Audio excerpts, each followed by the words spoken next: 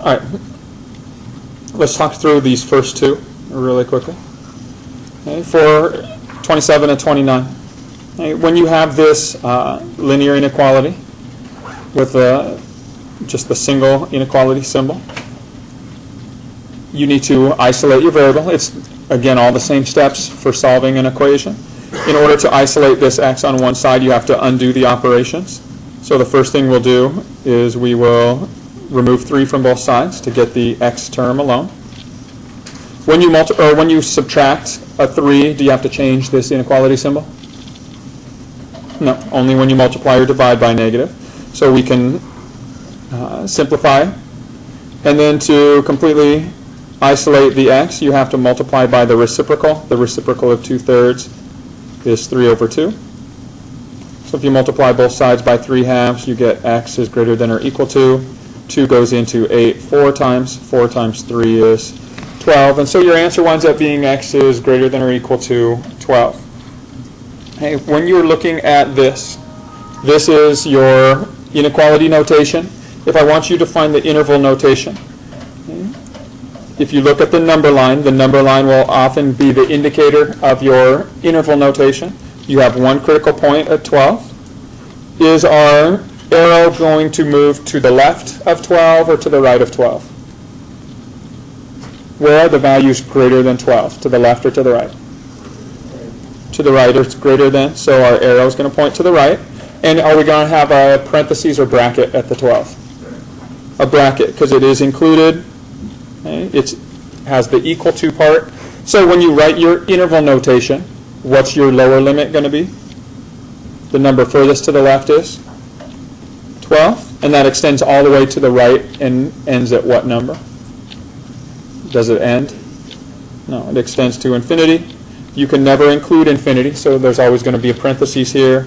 The 12 has a bracket. So this would be the solution that you're looking for problem 27.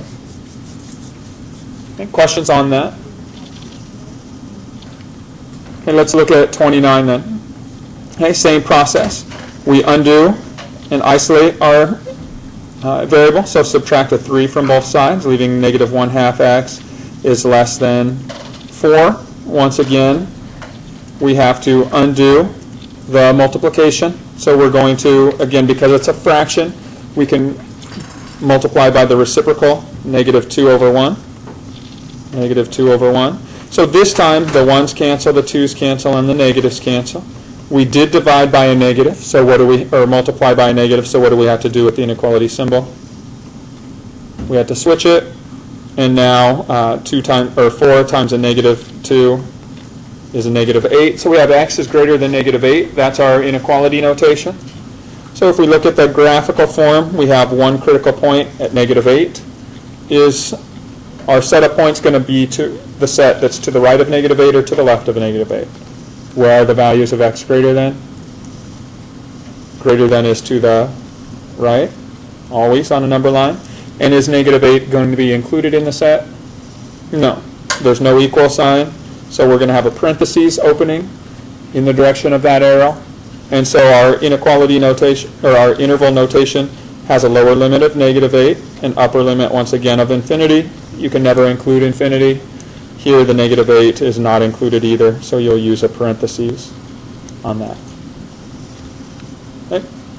So those are your linear inequalities.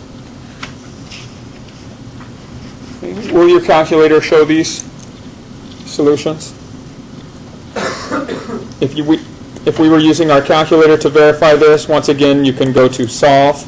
You can type in the expression exactly as it appears, 2/3 x plus 3. Again, in order to get the equal to, instead of using the second function, you can use the green diamond, and then the greater than key puts that equal to on it, and then 11.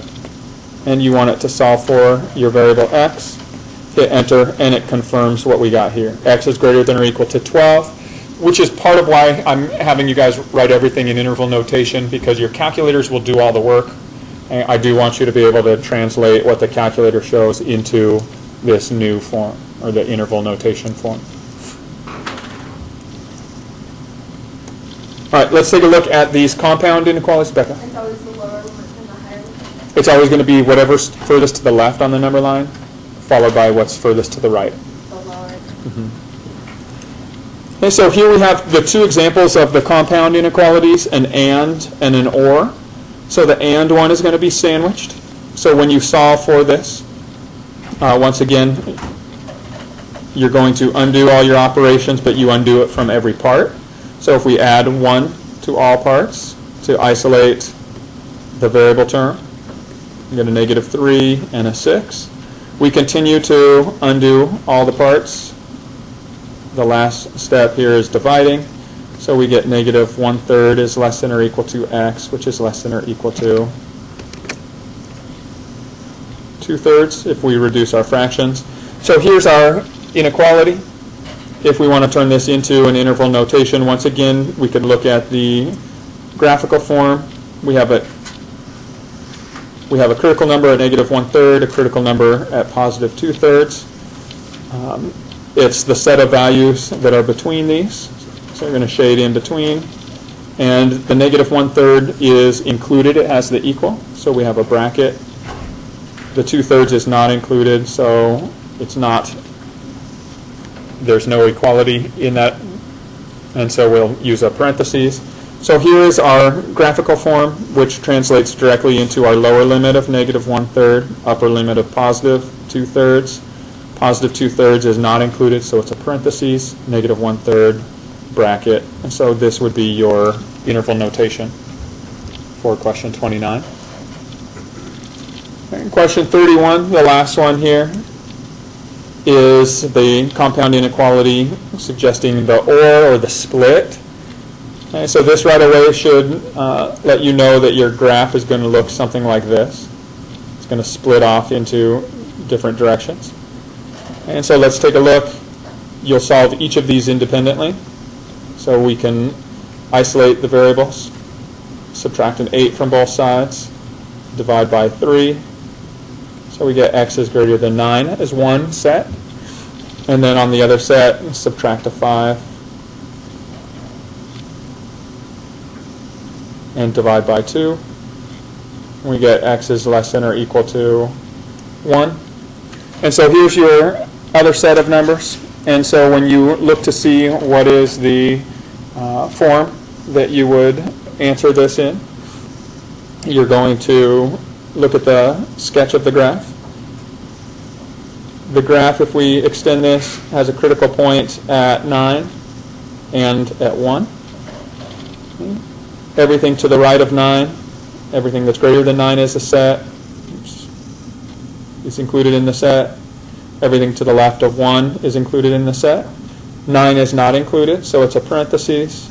1, though, is included, so it's a bracket opening in that direction. And so now when you write your interval notation, you're going to have that union of sets, the two different interval sets. The first one goes from -infinity to 1. So 1 is the upper limit of that set. -infinity is the lower limit. Can never include -infinity. 1 is included. In the other set, 9 is the lower limit. It extends to infinity. Can never include infinity. The 9 is not included, so it's a parentheses as well. And when you have multiple intervals, you'll use that U symbol as the union of sets.